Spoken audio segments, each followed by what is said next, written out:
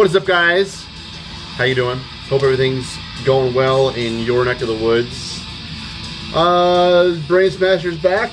We're gonna get back into the CDs, alphabetical, of course.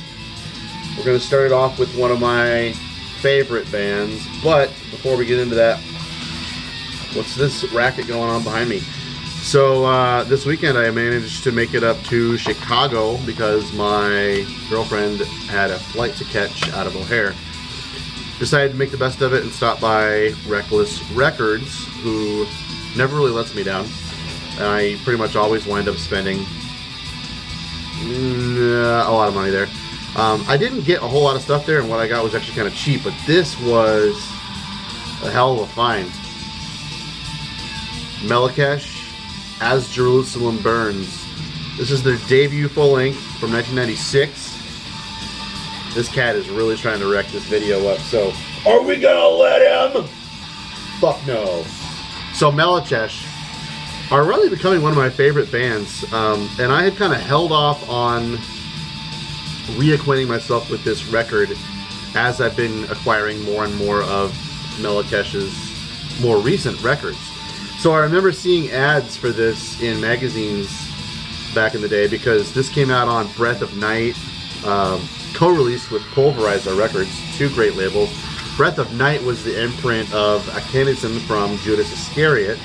So if you worship at the altar of Judas Iscariot, first of all, I feel like a lot of his side projects are really kind of underrepresented in that kind of whole fandom. And secondly, he ran this label, Breath of Night Records, with lots of killer releases on it. And this is no slouch on that roster. So we're going to be jamming it in the background. What I was surprised to find in reacquainting myself with this debut full length was how much of the style of this band's music is prevalent on this debut. I kind of always had it in my head that this was just kind of like a really grim, generic kind of black metal record when I saw it in magazines back in the 90s. But now that I have this in my hands and I've listened to it a couple of times, there are some just undoubtable Melakesh moments on the debut. So I'm super stoked to have that. Didn't pay too much money for it. It is kind of a rarity, kind of a relic. Goes for a couple of pennies here and there. So let's get into it with one of my favorite bands, one of my longest running black metal favorites, I guess if you will, Emperor. So when I first started hanging out with the dudes who got me into metal, we were driving around kind of listening to like death metal and kind of stuff like that. At first I was like, this is ridiculous, I love it. And then I just got fucking hooked and I just couldn't get enough of it. And right then, Emperor's Anthems to the Welcome at Dusk came out. And I ran to Best Buy, bought a copy of it. I thought it was super weird. In 1997, I think, maybe even 96, that you could walk into a Best Buy in the middle of small town Iowa and buy this record. So that really was, I think, the advent of black metal reaching American shores and just blowing up all over the place. Anyways, I loved Anthems to the Welcome at Dusk from the start, and it remains my favorite Emperor release.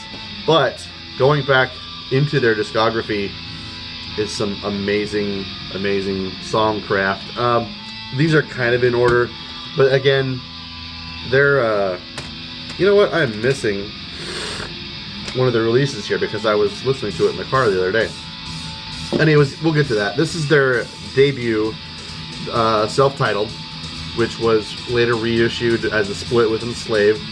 I absolutely love this early material. I think fucking I Am the Black Wizards is one of the most brilliant black metal songs there ever were.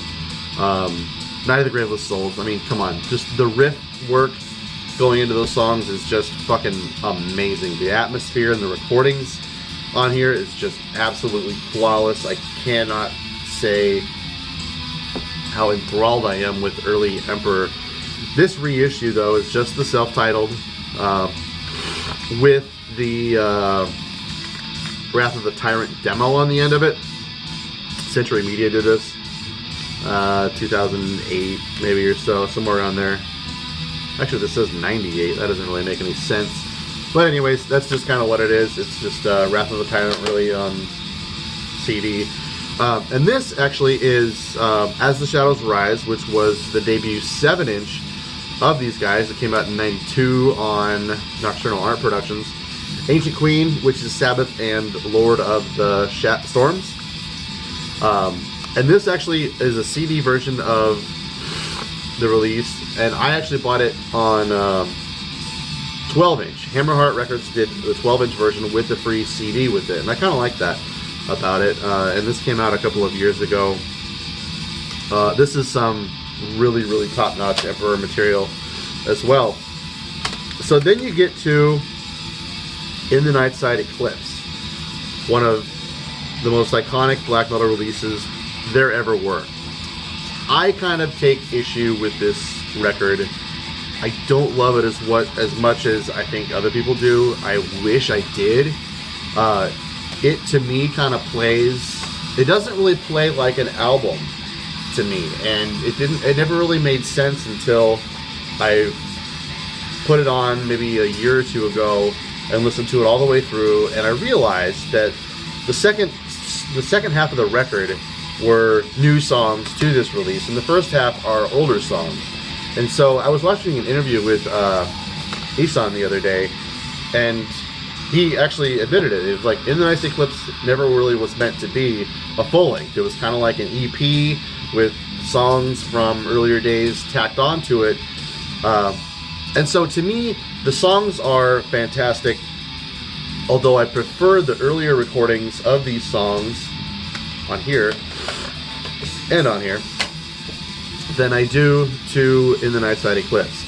And then we have the second half of the record, fucking Beyond the Great Vast Forest, Toward the Pantheon, Opus Satana, or Inno Satana. Just amazing tracks, but I don't really think of it as an album in a way. But that's just kind of my take on it. And then you've got Anthem to the Welcome to the Dusk. Just the advent of symphonic, maybe classical black metal. I think this is just the perfect representation of how orchestral and grandiose and charismatic this genre can be. And Emperor just fucking did it perfectly. Can't say enough good things about it. Even Pitten's recording of this is top fucking notch. What I love about Pitten or Python and Grieg Holland Studios is so many classic Norwegian black metal records were recorded in that studio, but none of them, in my opinion, sound like the other ones. He managed to capture the atmosphere that this band was going for and give it a unique personality that helped that record's personality flourish with that sound. Like, think about Burzum's records don't sound anything like Immortal's Pure Holocaust.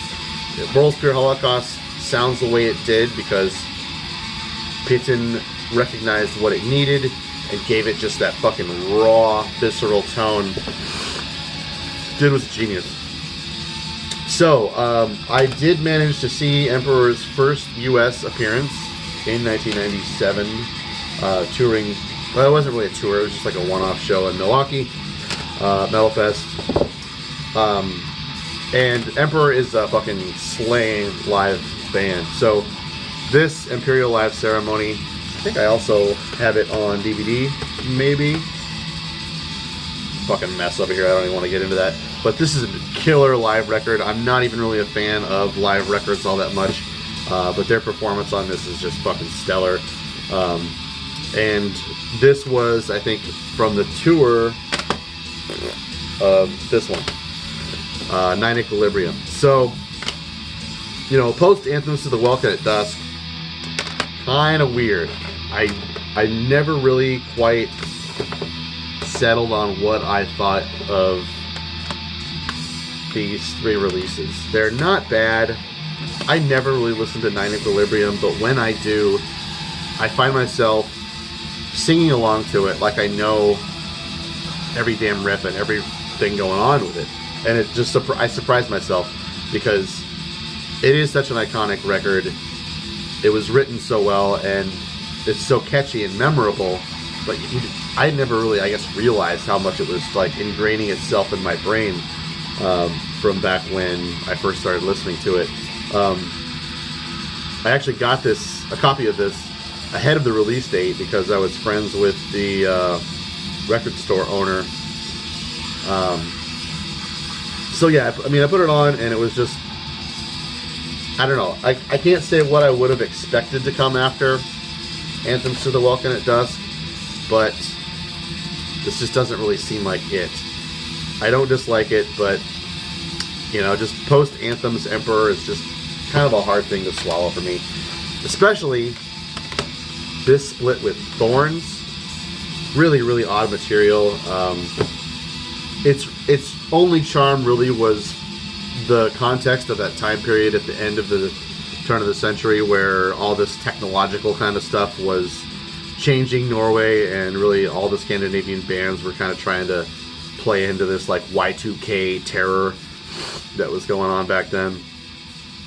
Cool thing is this version of the Emperor Thorns split has a bonus CD limited to 3,000 copies. And the bonus CD has Thorns' early demos and rehearsals on it. So I think this is one of the only ways that you can have Thorns' demos on CD. So those are really cool. So then we have Prometheus, which is kind of more of a symphonic death metal record. It's really kind of its own thing. I think more and more people will look back on the later era Emperor and appreciate it for what it was, but at the time, it just kind of really didn't. It kind of missed its mark, I guess. And I really don't have any interest in that. The solo Isan stuff doesn't really do anything for me, although I haven't really given it a whole lot of a chance. What I've heard, just whatever. Which is kind of weird because I think Emperor is fucking fantastic. Let's move on beyond Emperor though. So I did review this fully in a review video. This is Emptiness with, is it the No Music? The Not For Music. This is a fascinating release, and I haven't put it on in a while. This is one of my favorite releases of last year. Seasons of Mist put this out. These guys started off as just kind of like an ethereal kind of death metal band from Belgium, and they've just gotten weirder and weirder and weirder. And this is their most recent album, and it is fucking bizarre. It's chilling and haunting and just super, super strange. Where most metal bands, I think, use a wall of sound and they want to overbear you with terror or excitement or whatever. It's just intensity. This album uses a more subdued, sort of silent kind of tone or tonality, I guess is a good way to put it. And it really comes off as just really ghostly and ethereal and haunting. I really love it. It's super unique, well produced. Can't wait to see what they do next.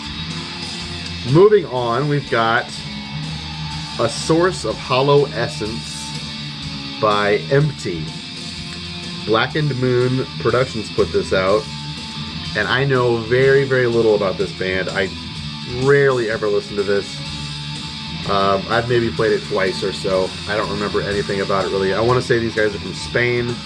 This label is out of Michigan, Lansing, Michigan, up in Bindrune territory, somewhere around there. Yeah, I'll have to put this on and see what this is like. This is the kind of thing where, like, at its time, this probably came out in like 2005 or somewhere around there. At the time, I thought this was generic, but, you know, as time progresses and that album gets buried under time and dust, its value might see the light of day with me years down the road. So next, we're getting into another one of my favorite groups, Empyrium, with A Winter Sunset. I don't know why more people aren't head over heels in love with this group. These guys are German.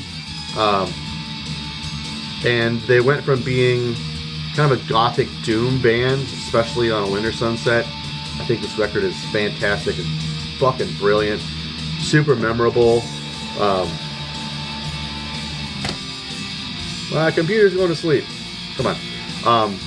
So yeah, this Winter Sunset is fucking phenomenal, amazing. Lots of acoustic interludes and kind of violins and cellos and kind of stuff like that, which became a prevalent element to their records going forward. I might be wrong. This is Songs of Moors and Misty Fields. This one's first. This one's first. I don't remember. My light went out. There we go. Either way, this is a lot more just doom record. And then we get into Wyland. This is where they get a lot more pastoral and have like operatic kind of choral kind of vocals, real romantic sounding and stuff like that. Wyland. It's like if you're a fan of Oliver's early material, especially the acoustic album Kveldsanger, this is totally like that. And this is even more like that. This is Where at Night the Wood Grouse Plays. Love this record also. It's actually, I think, in my car at the moment.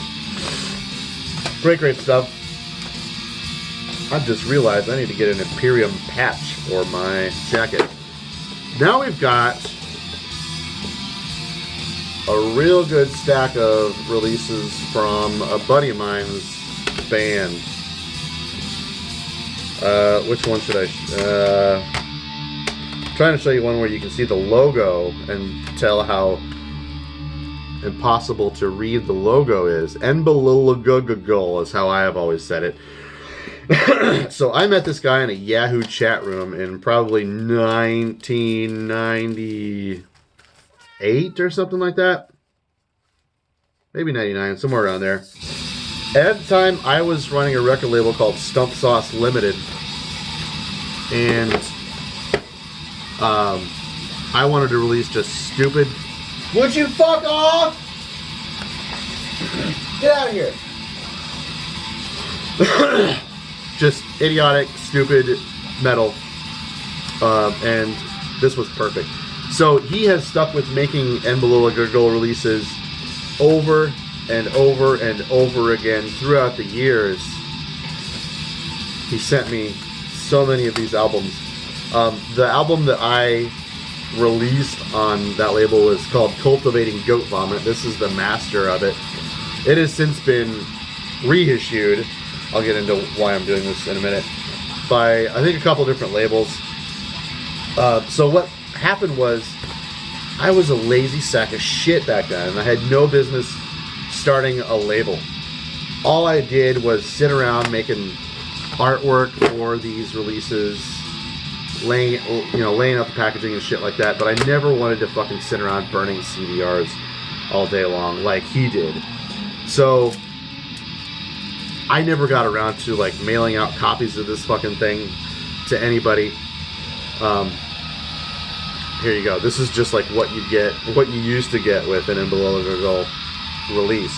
It's super weird. It's super nasty and underground sounding.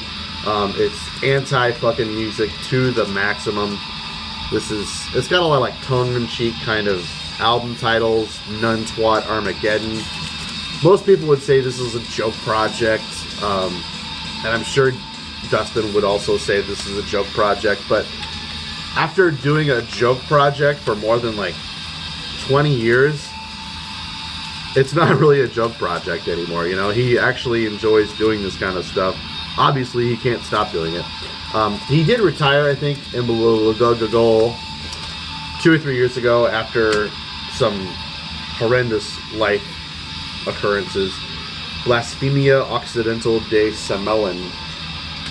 But I think releases keep on coming out, getting reissued here and there by various different underground noise labels and stuff. I've never been able to keep up with his discography or figure out what's what. But this is a split with a band from Illinois called Blood Cult. And I did vocals on 2 of the tracks from Embologogo on here. I recorded them in my office on my computer, and I think it turned out pretty good. I wound up recording some drums for him on some releases that I don't even have copies of. This is probably his most famous release, Noisemongers for Goat Serpent.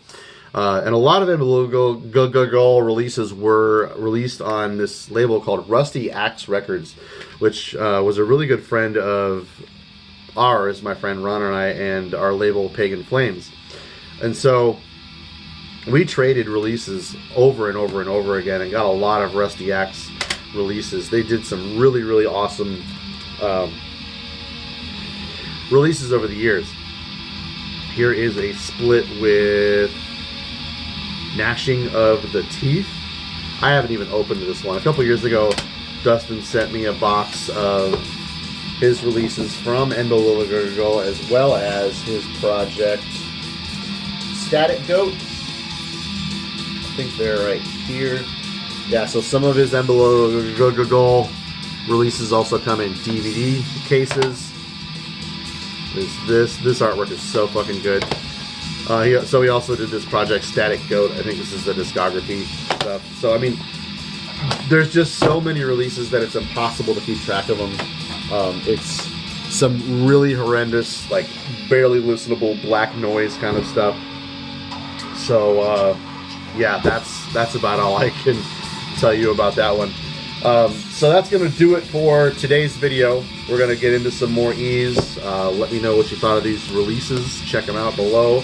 I'll try and diligently put links below for all this stuff for you to check out. And we'll see you next time.